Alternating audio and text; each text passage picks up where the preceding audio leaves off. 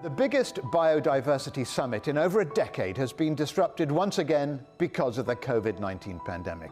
As a result, COP15 will now take place in two parts, a virtual gathering starting on October the 11th, and then it's hoped an in-person summit in Kunming in April 2022, nearly 2 years after it was originally due to happen. The agenda, though, remains similar, with plans to discuss targets of conserving 30% of the world's oceans and land by 2030, introducing controls on invasive species and reducing plastic pollution. Officials insist they can agree ambitious plans to transform our relationship with biodiversity and ensure that by 2050 we attain a shared vision of living in harmony with nature. It all sounds good in theory, doesn't it? But just how realistic are the goals?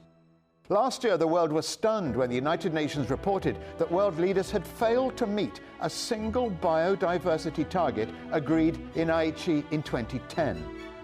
And that just can't be acceptable this time around. The scientists claim that now humans are causing the 6th mass extinction event in the history of planet Earth.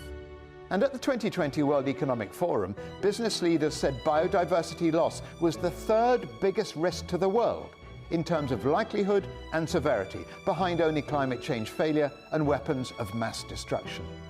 The forum delegates put their concerns about biodiversity ahead of infectious diseases, terror attacks, and interstate conflict. And perhaps that's not so surprising.